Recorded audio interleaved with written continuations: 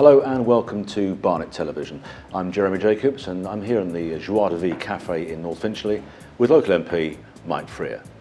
Mike, good morning. How are you today? Very well, thanks, Jeremy. Good. Happy New Year to you. Yeah, thank you very much indeed. You've been MP since 2010 for Finchley and Golders Green, but what did you do, how did you start in politics? I first got interested in politics at university. Yeah. My father was a die-hard Tony Benn supporter, so political arguments were fairly common at home.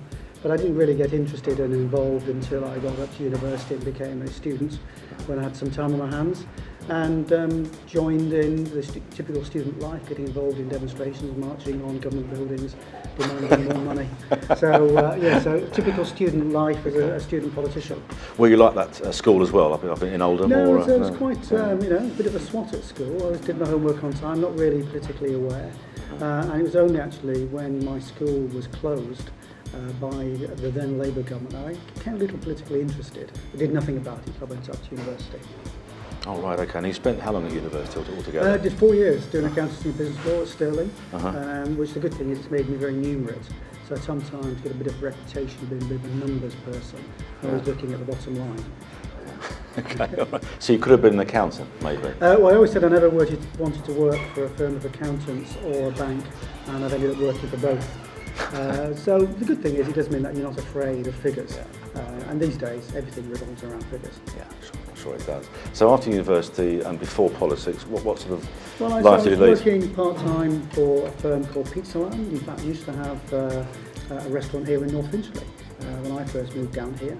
Then joined Pizza Hut, short spell at KFC, but then went into Deloitte & Touche as a management consultant, and then kind of fell into financial services, working for a small building society, and then Barclays, which is where I was up to until I became a full-time politician as Member of Parliament. Okay.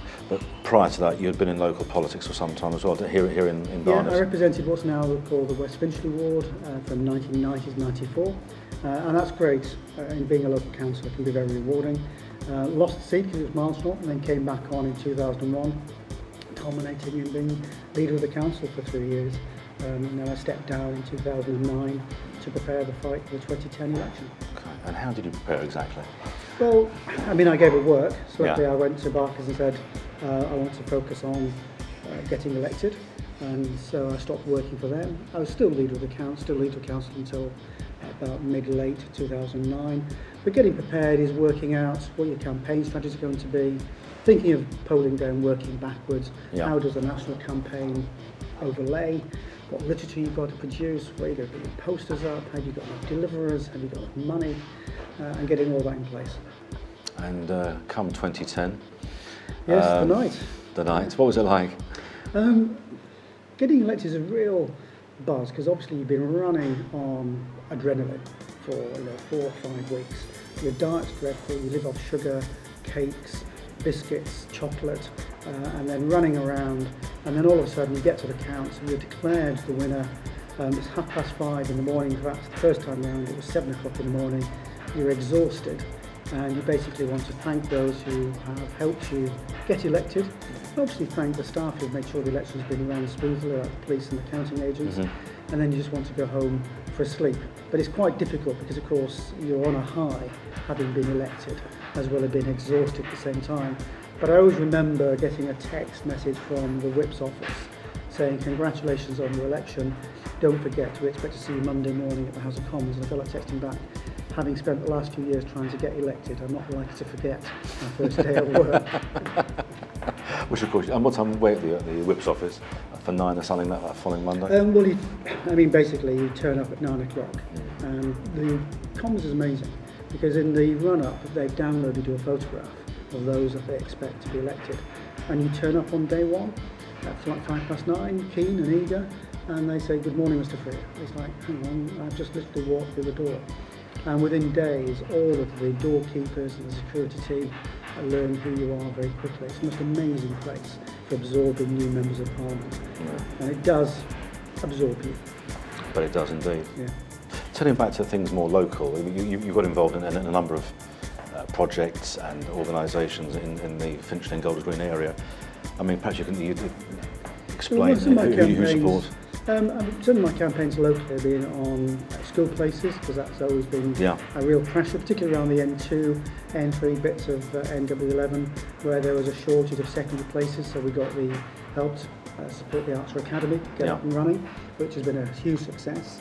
Because a couple of friends have been through breast cancer, I was a bit perturbed by the breast screening. I wanted a permanent unit at Finchley Memorial. That's campaign is inching forward. Originally it was a no, but I don't give up, and we're persuading NHS London, so that's looking promising. And some of my current campaigns will be on things like getting a bus service to Finchley Memorial, but also expanding the housing supply, because housing in Barnet is extremely expensive, and we've got to get some starter homes so that people can get onto the land. Property is a bit of a political hot potato at the moment. What initiatives are going to be happening in Barnet in 2016? Okay, well, there's quite a few, local schemes. So Brent Cross Cricklewood's a really big scheme, 7,500 homes, which will be some for rent, some for part ownership, part buy, some for outright purchase. Lots of the other schemes around the whole of Barnet. It's the fastest growing borough in London. We'll see mixed schemes, but on top of that, you saw this morning the Prime Minister announced he'd lost patience with the house builders, because the government owns hundreds and hundreds of acres of land, and they're going to start building for themselves to kick-start house building. So some national stuff and some local stuff, because we've got to get people on the housing ladder. Otherwise, we don't get a mixed community. So we should see some good stuff going on. And with the changes with the buy-to-let area as well, will that help or will that potentially hinder? I mean, I looked into this quite in some depth, because we've got quite a few buy-to-let landlords in Barnet. I'm one of them, and so I looked at the Bank of England report, and the Bank of England were clearly quite concerned over the last few years that the buy-to-let market was distorting the housing market, which is why the Chancellor's taken their advice and put some measures in place to try and kind of dampen down the buy-to-lets. So we should see more stability in pricing and more homes coming on stream for first-time buyers. So some good news there. And what else have you got coming up this year, as far as you're concerned, locally? Well, I mean, in terms of the ongoing campaign for permanent breast screening units at Finchley Memorial, a bus service, if we can persuade TfL that it's viable for them. It's continued pressure with the council on school places, because we are, I mentioned before, in a fast-growing borough. We need to make sure we keep the schools going, as well as making sure that things like Brent Cross Cricklewood development is on time. And I met the developers a few weeks ago, and they're on schedule, and we should see the diggers get starting work early next year.